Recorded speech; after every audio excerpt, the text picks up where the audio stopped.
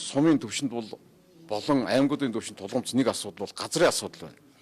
За газрыг бол хуулинд нэмэлт өөрчлөлт оруулаад сумын даргын мэддэг байсан газрыг засгийн газар шийддэг болцсон. Өөрөөр хэлбэл сумуудад олгодог байсан хэдэн метр газрыг ямар зориултаар олгох вэ? Кадастр нь хаана вэ? Цэг нь ямар байх вэ гэдгийг засгийн газрын хурлаар шийддэг болсон. За энэс холбоолоод орон нутагт ямар асуудал үүссэн бэ гэхээр орон нутагт хөрөнгө оруулах энэ боломж олцоонууд бол маш хязгаарлагдмал.